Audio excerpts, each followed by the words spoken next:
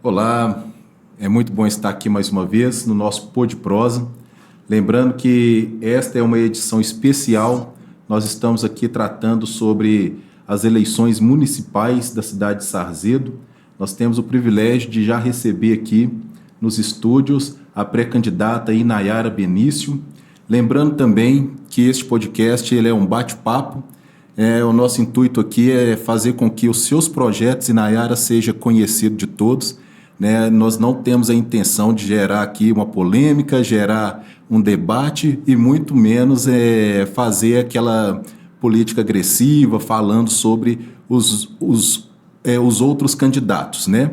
Então, assim, sem mais delongas, eu já quero passar para você, para que você possa fazer a sua apresentação, quem é de fato essa Inayara Benício, né? E eu acho que não é só uma pergunta minha, mas é uma pergunta, sim, da população sarzedense, né? A população de Sarzedo quer saber quem de fato é a Inayara Benício. Seja muito bem-vinda, né? Eu espero que para você também seja produtivo e eu espero também que este conteúdo seja relevante para as tomadas de decisão nesse cenário, né, Inayara? Fala um pouco para nós quem que é de fato a Inayara Benício. Obrigada, é um prazer estar aqui com você, ter esse momento para poder bater um papo, para poder conversar. Eu acho que é muito importante e vamos começar. Então, meu nome é Inayara, né? Como você falou, Inayara Benício. Eu tenho 35 anos, né? Sou psicóloga, sou casada com o Fernando há 5 anos e agora eu sou mamãe da Aurora. Estou com um bebezinho de 7 meses, que é uma fofura. E aí, estou aí vivendo a maternidade junto com pré-campanha, né? Tudo junto e misturado. Então, tem sido, assim, bem desafiador, mas, ao mesmo tempo, muito gratificante, né? Sou psicóloga de formação há mais de 10 anos, né? Já trabalhei no serviço público em Sarzedo em várias secretarias, trabalhei na Secretaria de Desenvolvimento Social, juntamente nos CRAS, né? Tenho um contato direto com a população e, atualmente, nos últimos 4 anos, eu tenho atuado como coordenadora dos serviços de saúde mental do nosso município, né? Em Sarzedo conta com o CEAPSE, que é um serviço de atendimento psicológico para crianças e adolescentes, então atende criança a partir de 2 anos e meio até os 18 anos, e o CAPS, que é o Centro de Atenção Psicossocial, que atende, acolhe, né, tanto os pacientes quanto os familiares, né, que têm um transtorno mental. Então, eu tenho atuado nesses últimos 4 anos como coordenando, né, esses serviços. Atuei também na área clínica, de atendimento clínico, com atendimento com crianças autistas, né? Uma boa parte do meu currículo profissional é com crianças especiais, né? Com criança com diagnóstico de autismo ou com TDAH, que a gente vê que tem crescido muito, né? O número de crianças com esse diagnóstico. Então, daí a gente vê a necessidade de ter um olhar político também para essa pauta, né, que é uma das pautas, uma das bandeiras que eu tenho me disponibilizado a trabalhar, né, e a levantar em prol dessas famílias e dessas crianças. Sim. Assim, antes de você falar dessa bandeira, que eu acredito ser muito importante, né, na verdade, todas as bandeiras são importantes, mas é claro que a gente vai querer entender um pouco mais sobre as suas bandeiras, de fato, aquelas que mais está como parte do seu projeto, né, de governo, aquilo que você pretende trabalhar caso seja eleita. Mas eu queria saber assim ainda, quais que foram, né? Você falou que trabalhou no CIAPS e CAPS. Isso. Né? Tá, quando você assumiu, né, à frente desse serviço, quais que foram as dificuldades assim que você encontrou na cidade, que você fala assim, opa, isso aqui foi uma dificuldade para enfrentar, e coisas que a gente sabe assim que talvez, caso você venha a ser eleita, você pode fazer diferente. Na saúde mental, é algo muito particular e é muito, posso dizer assim, bem desafiador. Porque os quadros de saúde mental são quadros difíceis, né? Então, tem quadros que o paciente tem um sintoma mais agressivo, mais arredio. Então, a intervenção fica muito complicada, né? Então, hoje, eu poderia colocar que o quadro de funcionários hoje, diante da demanda que a gente tem, é algo que poderia ser trabalhado e melhorado, né, dentro desses serviços, né? Para poder ampliar e melhorar o atendimento para essas pessoas. Tanto quanto outra coisa que eu poderia falar é a questão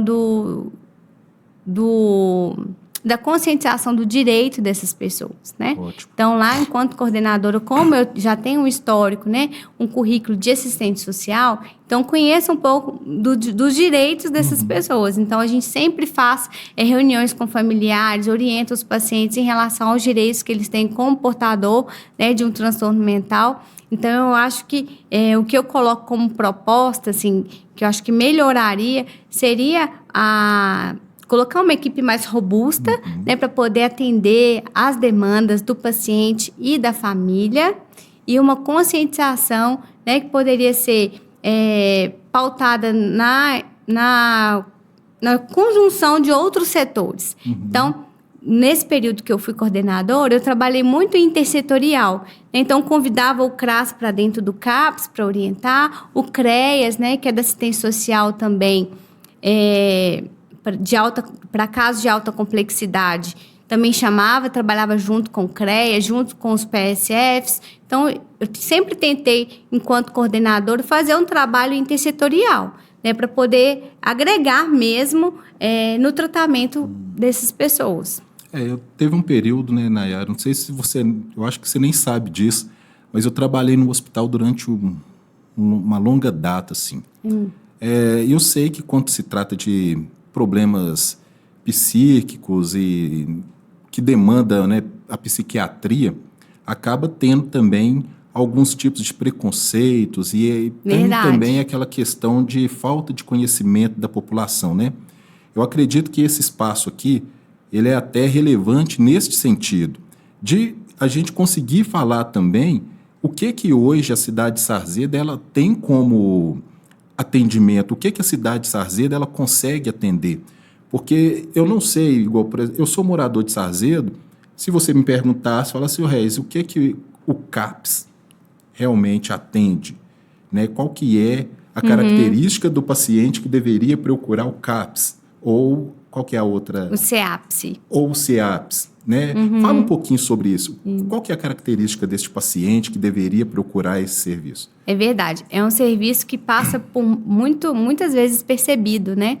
Porque eu costumo dizer lá no CAPS que a saúde mental o povo só lembra quando precisa, né? Porque às vezes aquele quadro de agressividade, um quadro que a família não sabe mais o que fazer, né? E aí lembra, tem um CAPS, né?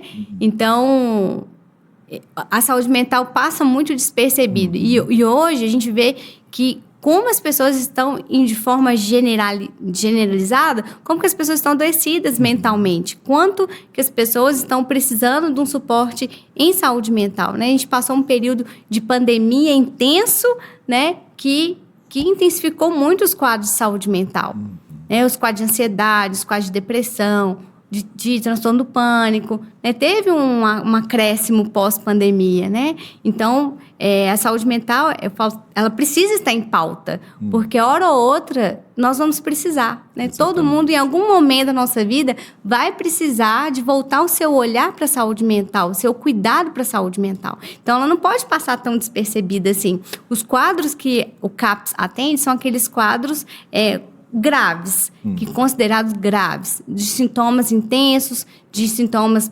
graves. Então, pessoas que têm um quadro de transtorno de personalidade, um esquizofrênico, por exemplo. Então, são quadros que são perfis de CAPS. No CAPS, nós temos a permanência dia, o paciente passa o dia no CAPS. Então, aqueles quadros que não estão estáveis, que precisam de uma estabilidade nos seus sintomas, é feito um plano terapêutico para aquele paciente. E aí tem pacientes que ficam todos os dias, paciente que fica 3 vezes na semana, tem paciente que vai 1 vez na semana. Então, depende muito, né, complexidade do quadro daquela pessoa para que é feito o plano terapêutico dela. Então, a gente tem essa permanência dia lá, que o paciente chega às 8 horas da manhã, toma o café, almoça, tem o café da tarde, a medicação é controlada pelo enfermeiro da unidade e tem um carro também disponível para essa pessoa. Então, para esse paciente, a gente busca, a gente leva ele em casa e tem as oficinas terapêuticas também. Tem a oficina de horta, oficina de música, oficina de costura, oficina de artesanato. Então, é realizado várias oficinas terapêuticas para essa finalidade, para esse paciente. Muito bom, muito bom. Fala assim, agora de uma forma rápida, onde que fica aí de fato, né? Passa o endereço aí, mais ou menos. Gente. Avenida Flamboyant, número 629, Riacho da Mata, pertinho do Mercantil do Rei. Ótimo. Fica lá, é um prédio azul. Quem passa por fora, acha que é um posto de saúde grande, porque é uma construção bem grande. Mas é lá que funciona o CAPS. Ótimo. E o CEAPS é bem abaixo, é o mesmo prédio. E o CEAPS fica no andar de baixo. Ótimo, não, muito bom. Para falar a verdade, olha que esse assunto ele é muito interessante. Esse aí também merecia a gente ter um episódio aqui só para falar sobre isso. Mas eu quero realmente, vamos voltar aqui para a pré-candidata Inayara, né, para a gente tentar entender. Me fala aí, Inayara, então assim, você nessa psicologia, mãe, né, agora você está querendo encarar a política. Você quer encarar a política. Mas o que te motivou, de fato? Vamos dizer assim, qual que é a sua válvula motriz? Porque você poderia estar fazendo qualquer outra coisa, né? Você poderia continuar, né, à frente, por exemplo, aí da assistência à saúde, né? Você poderia continuar clinicando em relação à psicologia, né? Me parece que você é professora também. Sou professora também. Mas por que você... né? Multinayara, né? Multinayara. Multifunções. Mas aí, o que te motivou a ir para este ambiente da política? Eu costumo dizer que eu tenho a sensação que eu não caí de paraquedas. Né? Hoje, olhando para trás, assim, para minha trajetória de vida, de experiência, de ministério em igreja, eu vejo que foi um preparo. Né? Então, hoje eu me sinto preparada para encarar uma eleição, né? Que eu vejo que foi uma construção que foi realizada ao longo da minha vida. Indiretamente, não foi proposital. Não passa, foi 10 anos atrás, você imaginou? Não. Mas conforme eu fui vivendo e fui tendo algumas experiências, eu vejo que tudo foi... parece que foi para esse propósito, né? Então, não tenho encarado como algo... decidi agora, vamos lá. Não, eu tenho visto como um propósito, né? Algo que foi construído ao longo dos anos. Porque, assim, na minha trajetória, eu participei de grêmio estudantil, na comunidade do meu bairro, né? Que mais que eu fiz, assim? Na faculdade, por exemplo, eu sempre fui muito ativa na faculdade. Então, fui aluna extensionista durante toda a minha graduação. Então, sempre fui muito envolvida. Né? Em tudo que eu fiz, eu fui muito intensa, fui muito envolvida. E a gente chegou num ponto hoje... que a política, ela tá assim, 880. E é através da política que a gente vai transformar o mundo. Se a gente quer transformar qualquer coisa, é através da política. A gente pensa através da cultura, o pensamento, o bueiro da sua rua, né? Se você quer mudar o seu bairro, é através da política. E a gente está vivendo num tempo que a gente precisa de mudanças na política. Né? E a gente precisa de pessoas que, de fato, vai nos representar politicamente. Tem uma fala que fala, enquanto a gente não se envolver, a gente vai deixar pessoas que não nos representam governar. Então, eu acho que chegou um momento, eu percebo que chegou um momento de me posicionar politicamente para ser essa representatividade de princípios, de valores, daquilo que eu acredito, daquilo que eu prezo, daquilo que eu acho que falta na política, porque... às vezes a gente fica reclamando só no Facebook, na internet, reclamando, batendo boca... E não se posiciona. Né? De aproveitar os lugares de fala para a gente falar do nosso posicionamento e posicionar de fato. Então, não vejo que eu caí assim de paraquedas. Né? Eu sempre aproveitei dos espaços políticos, dos espaços públicos. Sempre participei de LDO. Na última campanha, em 2020, para prefeito, eu trabalhei na campanha do prefeito.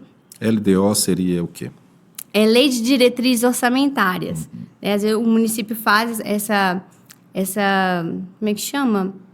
É uma reunião, convida a população para ver onde que o município vai investir o dinheiro dos próximos anos. Você falando da LDO, né, qual que é a sua percepção a respeito da população? Normalmente a população adere, tem uma participação efetiva nisso, ou você acha que falta muito ainda? Eu vejo assim, a necessidade da população se envolver mais. É isso que eu comentei. Às vezes, eu vejo a população muito reclamando, se posicionando ali na internet que ninguém está vendo, né? Porque é muito mais fácil a gente reclamar ali nos grupos de WhatsApp, no Facebook, do que você se posicionar, né, diante de uma população inteira, por exemplo. Então, eu vejo que a população... nos últimos anos tem acordado mais politicamente. Eu vejo que as pessoas estão mais críticas, estão estudando mais sobre política. Eu acredito que teve um despertar político nos últimos 5 anos, 2018 para cá. Comigo foi assim, houve também um despertar. Eu tenho essa percepção. Peraí, vamos... Para onde que tá andando não tá legal. O caminho que tá indo não tá legal. A gente vai ter que fazer alguma coisa. Então, houve esse despertar comigo e acredito que com as outras pessoas também. Que chegou algum momento e falou assim, opa, peraí, como assim isso tá acontecendo? Né? Onde eu estava que tá acontecendo isso, eu não consegui enxergar. Mas a participação popular ainda é muito pequena, é muito baixa, né? Eu vejo que a Câmara Municipal mesmo abre algumas plenárias, tanto de tarde quanto à noite, porque havia uma reclamação de que as reuniões são só no meio do dia, a gente trabalha e tal. Mudou para a noite, mesmo assim, há pouca participação da população. Então, em outros eventos que a gente vê de decisão para o município, que são eventos mais políticos, ainda assim a participação é de uma minoria. Sim, não, bacana. Nayara, agora, quando você fala sobre princípios, né? Eu até costumo dizer assim que princípios todos nós temos. Não existe quem não tenha. Pode ser que nós não concordamos com os princípios, mas a pessoa tem um princípio. É como se fosse todas as pessoas, como se fosse, vou fazer aqui uma metáfora, né? Talvez um carro muito bonito. As rodas, a lataria, aí nós temos os vidros, o volante, o banco. O princípio é aquilo que vai fazer aquele carro se mover. Quais que são os seus princípios? Os seus princípios que te regem, assim? Os princípios que movem a Nayara. Quando a gente fala da Nayara, então, imagina, eu estou vendo a Nayara. Por te ver, eu não sei quais que são os seus princípios. Aquilo que realmente são seus valores, aquilo que você preza. Quem de fato é a Nayara, vamos dizer assim, a essência, os princípios dela, aquilo que é inegociável para você. Não tem como falar de princípio sem falar de Deus. Acho que Deus é a base de tudo. Eu sou cristã, eu acredito na Bíblia, né? É o livro que rege a minha vida. É a partir desse livro que eu tenho conhecimento de Deus e me relaciono com Ele a partir disso. Então, tudo que a Bíblia fala, eu vou falar aqui os versículos, mas Deus é que rege. Assim, eu acho que o que é principal é a minha fé, é o temor que eu tenho a Deus. Então, aquilo que eu quero falar, deixa eu lembrar, que está lá em Gálatas. Gálatas 5:17. Quais são? Lembra aí. Mesmo se não lembrar, não tem problema. Não tem a gente problema, coloca né? de baixo aqui, né? Gente, a bondade, a mansidão, a perseverança. É isso que eu tô querendo dizer, que são os dons do Espírito, são né? os frutos do Espírito, Gálatas 5:22. Isso, Gálatas 5:22, isso mesmo. Então, o que eu quero dizer, assim, é que Deus é que rege a minha vida e os meus princípios. Então, os meus princípios estão baseados naquilo que é princípio dele, do que ele colocou para mim como princípio. Então, o que foge disso, eu não quero me envolver, né? Então, é Deus. Deus é o princípio, é a base.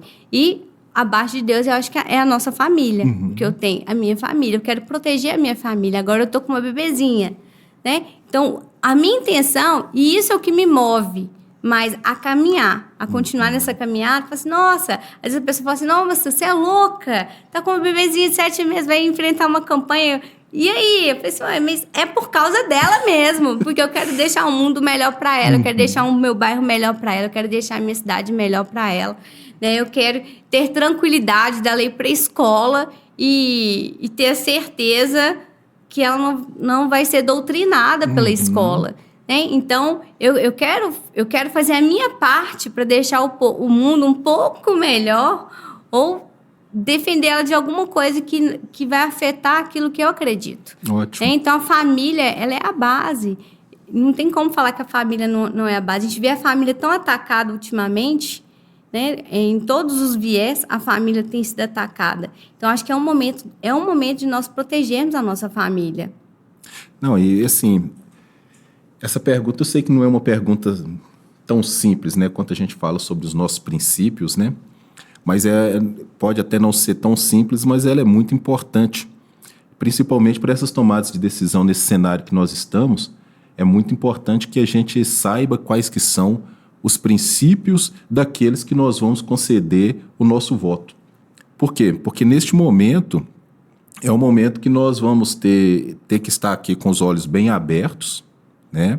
Eu costumo dizer o seguinte, que no momento das eleições, né, neste momento de pré-campanha, no momento da campanha, no momento ali ainda que você estiver na frente da urna, né, ali para fazer o voto, você tem que estar ali com os olhos abertos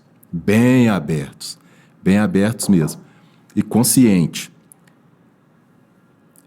Exercer o seu voto, aí vai vir agora os próximos 4 anos, agora... E esse momento assim, de pré-campanha é muito importante para o eleitor, para todos nós, porque é o momento dele avaliar, dele conhecer o candidato, né, de saber, de ir pesando, peraí, esse aqui tem isso, eu acho legal, né?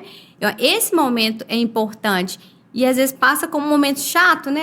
Nem vai falar de política. Então, é um momento de aproveitar para poder conhecer as pessoas, né? Conhecer aquelas pessoas que você vai dar autoridade para legislar ou executar no nosso município. Então, é um momento muito crucial, tanto para quem é candidato, pré-candidato, quanto para o eleitor também. Não, exatamente, porque aí é onde que eu penso na questão dos princípios, né? Porque imagina só, princípio todo mundo tem. Eu posso até não concordar com os princípios, mas a pessoa tem. Só que se eu não concordo com os princípios que regem a vida daquela pessoa, por exemplo, se os valores dessa pessoa não compactua com os meus valores, com aquilo que eu acredito que realmente seja correto, né? E aí para que a gente possa fazer essa análise daquilo que é correto, é baseado em algo, né, que seja maior do que nós, né? Se eu não conheço isso, então eu não posso dar este voto de confiança. A importância de conhecer. A importância de conhecer. De conhecer essa pessoa que você vai dar esse voto. Exatamente.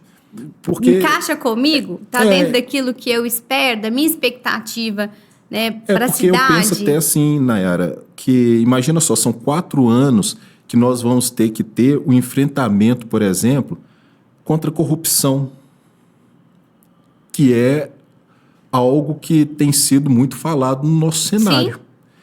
Só que aí, por exemplo, os valores do candidato ou de um candidato pode ser assim, não, mas eu não me importo muito com isso. Eu negocio, né? Eu negocio. Por exemplo, nós estamos em um período pré-campanha. O que você me diria sobre esta política do assistencialismo? Você falou da corrupção. Quando a gente pensa em corrupção, a gente já pensa em algo macro, né? Corrupção, associa lá em Brasília, mas a corrupção ela acontece o tempo todo. E justamente o tempo inteiro, né? E aí a gente vê um cenário de uma política de uma cidade pequena, né? Que é Sarzedo, e a gente vê muita política baseada no assistencialismo, na troca de voto, na barganha, no interesse pessoal, no interesse particular. Né? Então, às vezes, a pessoa fala assim, você tem que votar em mim, porque eu te ajudei nisso, eu te ajudei naquilo. Ou a própria pessoa fala assim, não, eu tenho que votar no fulano, porque o fulano é meu amigo e ele me ajudou a conseguir um remédio, por exemplo. Então, usa disso como... Isso é uma corrupção, isso é uma troca. Porque o remédio não foi dado por aquela pessoa. É um direito do cidadão. Né? Do cidadão. É um direito do cidadão. E muitos aproveitam do direito que já é garantido do cidadão, que às vezes o município já fornece isso, e aquela pessoa é só um interlocutor e leva o crédito, né, e usa isso para poder barganhar nessa época. Então, claramente acontece isso na nossa cidade, né? Troca por cesta básica, troca por favor. Então, eu tenho pautado muito assim, a minha campanha na conscientização, né, da importância do nosso voto, da importância da gente acreditar naquela pessoa que a gente sabe que vai legislar em prol da população. Não por troca, não por barganha, não por favoritismo, no sentido assim, vai me favorecer. Porque a política não é particular, a política é para todos, né? É para o bem de uma comunidade, não é para o bem de um indivíduo. Eu tenho até esse pensamento, e isso até é um pensamento e é uma questão que me incomoda às vezes quando a gente escuta, né? Certa vez eu escutei algo, meio que um exame oftalmológico.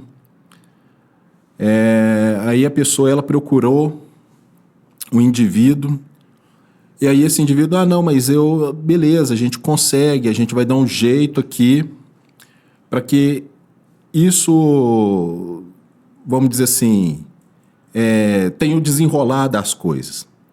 A gente já escutou casos, eu preciso de uma ambulância para fazer esse transportar esse paciente.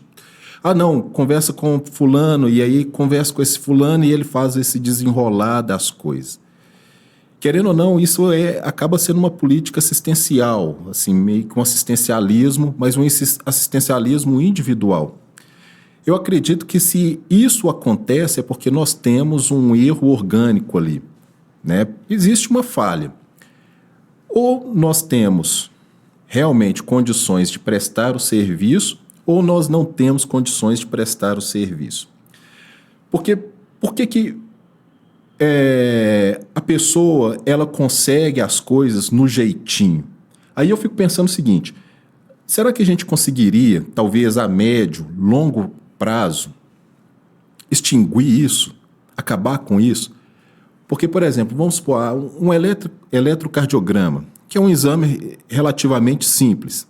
A gente precisa de uma máquina muito simples. Aí nós temos um paciente, às vezes, que precisa enfrentar a fila ali, marca para daqui 35 dias.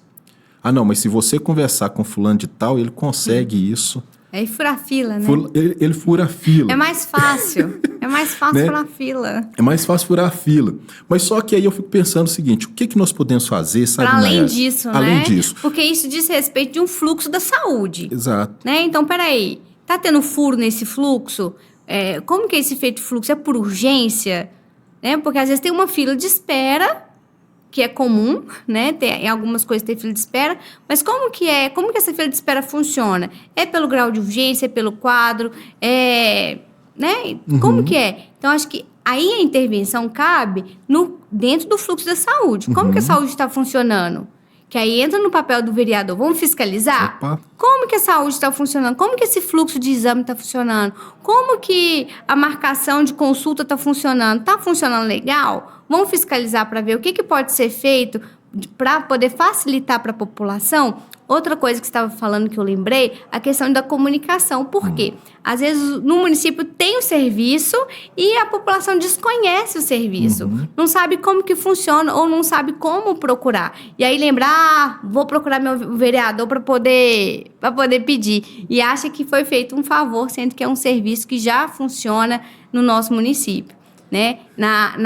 Dentro da saúde, foi criado pelo Conselho Municipal um jornal que tem todos os serviços de saúde que é prestado pelo município. Se não tiver todos, tem quase todos.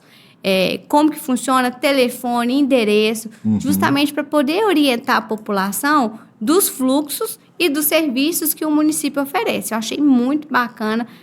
Eu não sei se foi já passado para a população, mas se não for, em breve vai ser, e a população vai ter acesso a esse material com Ótimo. todas as informações do serviço de saúde que é prestado pelo município. Ótimo. Nayara, quando a gente estava falando aqui sobre os princípios e tal, na verdade eu já estava até pensando em uma outra pergunta aqui para te fazer, mas a gente passou aqui. Mas eu queria voltar um pouquinho lá. Porque assim, quando você fala sobre os seus princípios, né? Aí me vem à cabeça o seguinte, porque os seus princípios estão ligados às bandeiras que você vai defender. Fala pra gente, quais que são suas bandeiras, né? O que você vai levantar? Vamos dizer assim, a gente vai levantar essa bandeira e nós vamos defender essas pautas. Aí, talvez a gente vai emendar as coisas aqui. Me fala sobre as suas bandeiras e como que você vai defender as suas pautas.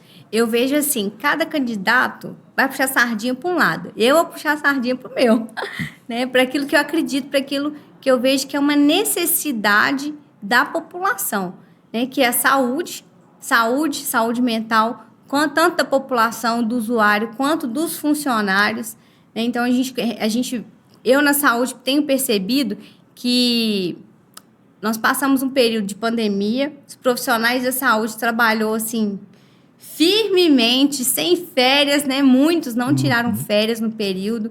Então, foi uma sobrecarga de trabalho para os trabalhadores da saúde muito grande. No meu setor mesmo, tem pessoas que ficou com muitas férias acumuladas, com folga acumulada, porque foi aquele caos naquele período de pandemia, né? Então, e a gente vive hoje, eu falo de um período pós-pandemia, que as pessoas estão adoecidas mentalmente, né? De ansiedade, eu falei aqui no início, ansiedade, depressão, transtorno do pânico, vários outros transtornos têm sido se desenvolvido após esse período. A gente tem também a questão do isolamento social, que ainda é recorrente. Os nossos adolescentes, nossos jovens, estão cada vez mais reclusos, né? Eles estão preferindo ficar em casa. Eu falo que hoje tem que ser a campanha assim, sai de casa. De tanto que eles só ficam em casa, dentro do quarto, com o celular na mão, com série 24 horas. A gente vê um monte de pais assim, preocupado com os adolescentes. Falam, meu filho não sai do quarto, ele tem alguma coisa. Então, a gente vê a questão da saúde mental é algo que me preocupa. E se a gente quer um serviço de qualidade, um serviço público, as pessoas têm que estar bem mentalmente. Principalmente na saúde. É cuidar de quem cuida mesmo. Então, uma das minhas bandeiras assim, é a saúde, que é algo que eu vivo no meu dia a dia, né? Não é algo que eu estou falando de longe, é algo que faz parte da minha rotina de trabalho durante anos, né? Desde há uns 10 anos envolvida com saúde. Então, eu acredito que é algo que tem que ter um olhar bem cuidadoso para a saúde. Você teria, assim, números, não, né? Assim, por exemplo, principalmente nesse período pós-pandemia, eu sei que talvez você não veio preparado para isso, não tem problema, mas é só uma curiosidade, aí é uma curiosidade minha mesmo, assim. Depois da pandemia, a gente sabe que tudo mudou. Tudo Verdade. mudou. A forma, o comércio mudou. Hoje as pessoas realmente estão mais reclusas, né? Então, por exemplo, você tem aí o Mercado Livre, por exemplo, que bombou de vender e continua bombando. Né? Tudo mudou. Mas qual que é esse número assim para a cidade de Sarzedo?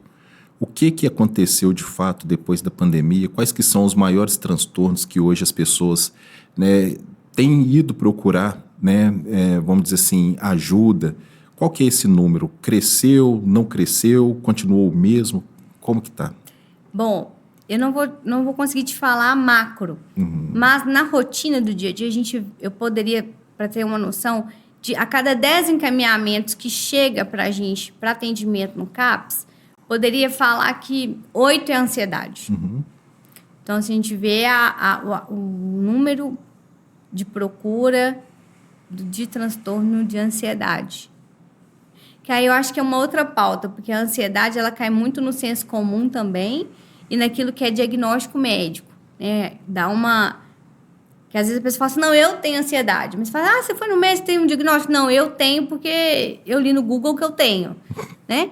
Então, não é bem assim, são coisas diferentes. Tem um transtorno de ansiedade generalizada, eu preciso de um diagnóstico médico. Então, a gente cai muito também no dito popular, assim, no senso comum da pessoa achar que tem, né? Mas eu acho que isso não vem ao caso. O que vem ao caso é a procura. Porque se a pessoa procurou, ela está, de fato, vivendo alguma coisa que está incomodando ela, que não está legal. Eu acho que ninguém procura psiquiatra ou médico à toa. Não, com se está procurando é porque está precisando, né? Então, eu acredito, assim, que a ansiedade é algo que tem crescido bastante nos últimos tempos, tanto para adolescente, para jovem, para pessoa mais adulta, de forma bem generalizada. Agora, eu sei que tem um... Não, é porque você falou das pautas, sim, né? E eu desculpa, falei da saúde só. Perdão, não, eu quero te escutar. Saúde mental, né? Eu falei da importância, né, de falar de saúde mental e dos valores mesmo conservadores, né? Eu, como cristã, eu prezo as pautas, né, de direito, as pautas conservadoras, a família, o direito à família, contra o aborto, né, ser pró-vida. A gente vê a política de forma macro, assim, conduzindo a população para uma liberação do aborto, como se o aborto fosse resolver o problema, né? Fica fácil, tira, que é assim. Não é bem assim. Eu passei por um aborto antes de ter a minha filha e foi um momento muito difícil da minha vida. Foi muito doloroso passar por esse processo. Então, acredito que não é um processo fácil para a mulher, né, tomar essa decisão. Então, é algo que eu defendo, assim, a vida, né? A vida desde o princípio. Contra a questão das drogas, a gente vê... recentemente foi liberado, né, o uso da maconha para 40 gramas, mais ou menos. Então, eu trabalho na saúde mental, recebo pacientes com dependência química, isso vai virar um problema gigante de saúde pública, né? Não é uma solução, é um problema. Porque quantas famílias que anseiam por tratamento por seus filhos, por seus parentes que têm uma dependência química, né? Não atinge só a pessoa, atinge uma família inteira. Agora, deixa eu te fazer uma pergunta. Você vai tocando esses assuntos, aí a maquininha aqui vai girando. Aí eu te perguntaria o seguinte. Sarzedo hoje, né? A gente tem aí, então, essa liberação, porque é uma liberação não de Sarzedo, mas é uma liberação nacional. Isso veio do governo federal. Mas para a cidade de Sarzedo, qual que seria este impacto com essa visão que você tem dos dependentes químicos? Aí, por exemplo, Sarzedo hoje, ele tem uma estrutura porque a gente sabe que essa liberação das drogas, isso ao médio e longo prazo, vai ter um desfecho. Ou seja, com certeza, nós vamos ter ali o aumento do problema. Com certeza. O que já é um problema de saúde pública, já é um problema social, a gente vê ali em alguns lugares em Sarzedo, a gente vê uma concentração de pessoas que fazem o uso de droga, né? A gente vê que faz, né? Agora diuturnamente. E agora com essa liberação vai ficar muito mais fácil, né? Fazer esse uso constante diário. E é preocupante isso a longo prazo, porque se hoje se o CAPS, como serviço público, atende 10 usuários por dia com dependência química, daqui 2, 3 anos, em vez de 10, vai ser 20, 30, né? Vai aumentar. Eu acredito que vai aumentar. Porque aí eu penso o seguinte, já que houve essa liberação, e aqui esse meu comentário sem nenhum peso de... crítica, só o fato, mas se houve essa liberação, e aí então as pessoas, teoricamente, agora elas vão ter mais facilidade do acesso, vai usar um pouco mais, as crises com os dependentes químicos, vai aumentar o número de dependentes químicos, tende a aumentar, mas e a capacidade para tratar este número? Vai aumentar? Vai aumentar? A pergunta é essa, né? Vai aumentar? E aí, Nayara? Olha, que você me fala? Na minha percepção, deveria aumentar. Não, né? Não sei mas como vai ser o desenrolar disso, né? mas deveria aumentar, porque é um problema gigantesco aí, não só para a saúde, como para o social, né? Para a questão de violência. Porque essa droga vai ser comprada onde? Exatamente. Então, vai aumentar a criminalidade, tende a aumentar a criminalidade, o acesso. Então, vai empoderar pessoas associadas a isso. Então, é um problema grande que nós vamos viver, nós brasileiros vamos viver. E aí eu vejo a necessidade de ter um legislativo que tenha esse olhar, que vai levar propostas de lei para poder minimizar esses impactos, porque impacto vai ter. Mas como legislativo, o que vai ser criado para poder minimizar esse impacto? Então, quando eu falo assim da nossa pauta, é isso, a minha pauta é isso, mas qual que é a solução? Então, eu pretendo levar soluções, projetos de lei que podem minimizar esses impactos na população. Exatamente, porque aí nós vamos ter, por exemplo, aí pegando nesses problemas que a gente já sabe que são problemas sociais, mas que aí nós estamos tendo cada vez mais um avanço para a liberação, por exemplo, das drogas, do aborto, como você mencionou. Tanto o aborto quanto as drogas, o aborto, o problema não se resume só simplesmente em abortar, porque nós temos a pessoa que abortou. E a pessoa que abortou, se ela não for acompanhada depois... Pensa os impactos psicológicos que essa pessoa vai passar. Exatamente. Então, ou seja, é uma rede aí que a gente tem que ter realmente um olhar voltado para isso e pelo menos um pouco mais de boa vontade para atuar também no tratamento dessas pessoas, Ou seja, aí a gente tem que realmente repensar ou pensar novamente, pensar de novo vamos dizer assim, essa estrutura. Porque se hoje, a gente tem uma estrutura X, futuramente aí, caso você seja eleita, você já pode se preparar aí que vai ter uma demanda mais acessível, uma demanda muito mais voltada para essa área da saúde, Mas aí eu queria te perguntar algo também, A pergunta parece ser um pouco meio que indelicada, Não que eu seja machista, mas o que você acha aí de você como mulher cristã, O que você acha de você, mulher cristã envolvida na política? Me fala aí. Então, eu acho essencial. Mulher é essencial, Mulher é essencial.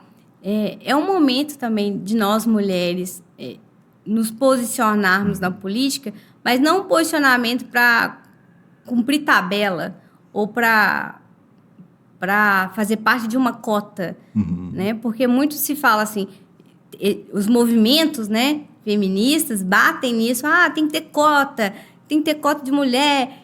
E às vezes nem todas as mulheres têm interesse para política. Eu tenho, mas nem todas têm. Então, quando eu decidi estar na política de forma efetiva, direta, como pré-candidata, eu não entrei para cumprir cota, para cumprir tabela. Eu entrei para realmente fazer a diferença e manter o meu posicionamento como mulher, como mãe, como cristã, levar toda a bagagem que eu tenho de experiência de vida, de currículo, de tudo que eu fui construindo ao longo da minha vida para esse momento. Então, é essencial. É essencial e é um momento de nós, mulheres, também feminina, falar também da importância do nosso papel, não só como pessoa pública, mas nosso papel também como mãe, como esposa, como cristã. Acho que tudo isso vai agregar no meu posicionamento num espaço de legislação. Você, como mulher, qual que é a sua percepção? Você acha que falta uma representatividade feminina na Câmara? Não só feminina, tem mulheres na Câmara hoje, na atual Câmara de Sarzeto, tem mulheres lá, mas eu acho que falta esse impulsionamento. Não no sentido de gênero mulher, mas de um posicionamento. Deu para entender, assim, que eu quis dizer? Sim. E eu até penso o seguinte, a gente sabe que tem já tem sido realizado, né? E quando eu falo essa representatividade, é porque a gente sabe que as mulheres, elas têm as suas particularidades, né? Sim. Esses dias eu estava escutando um programa que eu achei muito bacana, assim, aí eu parei para escutar realmente, que estava falando sobre a saúde da mulher. É coisa que às vezes a gente, não, isso aqui eu vou deixar passar. Não, mas a mulher, ela está realmente ali, lá em casa são 3 mulheres, aí vai para minha mãe, minha irmã, então, ou seja, é extremamente necessário que eu pare um pouquinho para entender sobre a saúde da mulher. Né? Eu estou cercado de mulheres. Mundo, né? É um mundo, de complexidade. Né? E quando eu menciono sobre essa representatividade, aí eu penso também para que a gente consiga falar não algo que vai ser somente exclusivo, vamos defender um nichozinho, não. É porque a gente sabe que ainda hoje, né, as mulheres, elas acabam sofrendo muito em detrimento, às vezes, do homem, né? Vamos dizer assim, às vezes no mercado de trabalho, sempre tem aquelas pesquisas, não, a mulher ela ganha um pouco menos do que o homem exercendo aquela mesma função, né? Aí, por exemplo, na sociedade, às vezes, por exemplo, para o homem ele teria uma facilidade um pouco melhor que talvez a mulher não teria. Aí eu penso assim, essa representatividade, Entendi. né? O que você poderia atuar assim? Opa, espera aí, eu represento vocês. A política, ela é um ambiente masculino. Ela é um ambiente masculino. E eu percebo assim, eu como mulher estou me dispondo a entrar nesse ambiente masculino, eu tenho que estar preparada para lidar nesse ambiente masculino.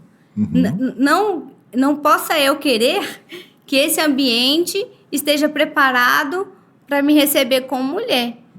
Mas, na minha percepção, eu que tenho que estar preparada para entrar nesse lugar masculino. Preparada no sentido assim, de posicionamento, de firmeza, né, de opinião. Então, eu me vejo hoje preparada para encarar esse ambiente masculino. Não pretendo, né, e não faz parte do meu perfil me vitimizar por ser mulher, né? Pelo contrário, é um lugar que eu tenho que me posicionar. Então, vai exigir de mim uma postura, vai exigir de mim um comportamento, né? E eu tenho que estar preparada para isso, para enfrentar esse ambiente que ele é masculino. Por mais que exista uma cota de mulheres, a minha intenção de estou como pré-candidata e estar atuando numa Câmara Municipal é de ser mulher e de ter um posicionamento. Aí você falou, né, de estar preparada. Aí eu te pergunto, né, você se sente, Nayara, preparada para esse cenário? Caso você seja eleita, né, você se sente assim preparada? Você já se vê lá dentro? Como que você... Eu falo que se eu não estivesse preparada, não entraria. Né? Não me disponibilizaria. Né? Então, eu me sinto preparada para isso, por isso me disponibilizei para concorrer a essas eleições. Ótimo. Né? Então, me sinto preparada para a briga, como se diz, né? Vamos para a briga. E amparada. E de realmente ser voz daquilo que eu acredito, ser voz, né, de quem tem uns princípios parecidos com o meu, ser uma voz da saúde, de levar também o meu posicionamento na área da educação, que eu sou professora há 2 anos já, tenho atuado, lecionado, né, para crianças do ensino fundamental 2, e tem sido uma experiência incrível. Então, eu vi a necessidade de ter um posicionamento também nas escolas, porque escola é formação de opinião, né? Escola é formação de caráter, né? As crianças são o nosso futuro, elas são hoje e são o nosso futuro. E vi essa necessidade, tive essa oportunidade, né, de me inserir ali no ambiente escolar, então acredito ser voz também da educação, das crianças, de proteger as nossas crianças das ideologias, né, que elas estão expostas ao tempo inteiro, através do celular, através da escola, enfim, em várias redes, né, na sua comunidade ali. Então, hoje eu me vejo preparada para ser a voz que Sarzedo precisa, de um posicionamento que a nossa cidade precisa. Acho que acabou esse período dessa velha política de troca, de barganha. Acho que é um momento mesmo das pessoas se posicionarem e ter um candidato, um pré-candidato que vá ser essa representatividade, porque eu sinto falta de ter um vereador que de fato me representa naquilo que eu acredito, de fé, de valor, de princípio, de família, de ser antidroga, anti-aborto, né? Então eu espero ser uma boa representante para a população. Muito bom. A gente está chegando na reta final, Nayara. Ah, que pena. Muito rápido. Tinha muita coisa para falar ainda. Muita coisa para falar. Eu tinha algumas perguntas ainda assim que eu queria fazer. Eu vou fazer uma delas. Na verdade, eu deveria ter feito no começo, mas vou fazer agora. Que é o seguinte: o vereador, né? Vamos dizer assim, é a parte teórica das coisas, né? A teoria. Mas eu acho que é muito válido, né, para a gente trazer conhecimento para o pessoal, trazer conhecimento para as pessoas. Porque às vezes as pessoas elas falam muito do vereador, a gente sabe que tem o vereador, a gente sabe que tem o prefeito, mas tá, beleza. Até onde que o vereador vai? Qual que é a função do vereador? Isso se perde muito, né? Não, se perde. E qual que é, de fato, a função de um prefeito? Né?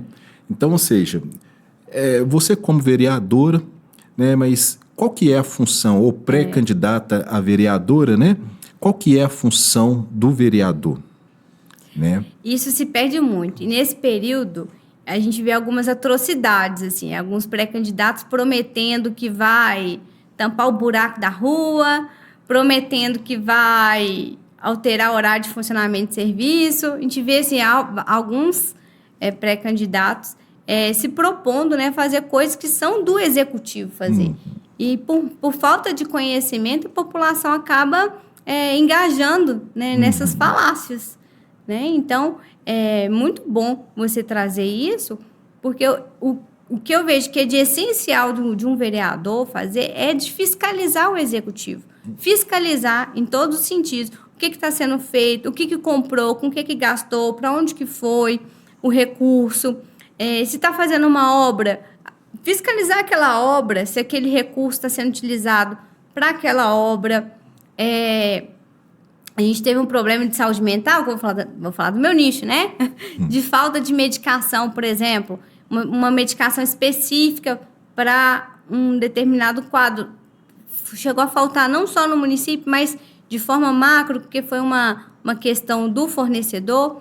E aí, qual que é o papel do vereador? Fiscalizar isso, fiscalizar o contrato, qual contrato que foi feito, Então, o principal papel do vereador é fiscalizar o executivo, é ser um representante mesmo do povo, de saber para onde que o dinheiro público está sendo aplicado, como que está sendo aplicado, como que está sendo investido. Então, eu acho que esse papel se perde muito no nosso município. Ele se perde e vemos pouco isso acontecer dentro de Sarzeto. Então, eu pretendo fiscalizar muito. Eu não tem rabo preso com ninguém, sendo A, sendo B, sendo C. Vamos fiscalizar todos e garantir, né, que seja prestado um serviço público de qualidade, que seja obra de qualidade entregue para a população. Então, uma das principais coisas que eu tenho falado do papel do vereador é a fiscalização. E trazer mesmo propostas de projetos de lei que vá beneficiar a população. Projetos de lei que seja coerente com o nosso município, que seja coerente com a nossa realidade, que não seja só um Ctrl-V, Ctrl-C, né? Copiei lá do município, trouxe para Sarzeto.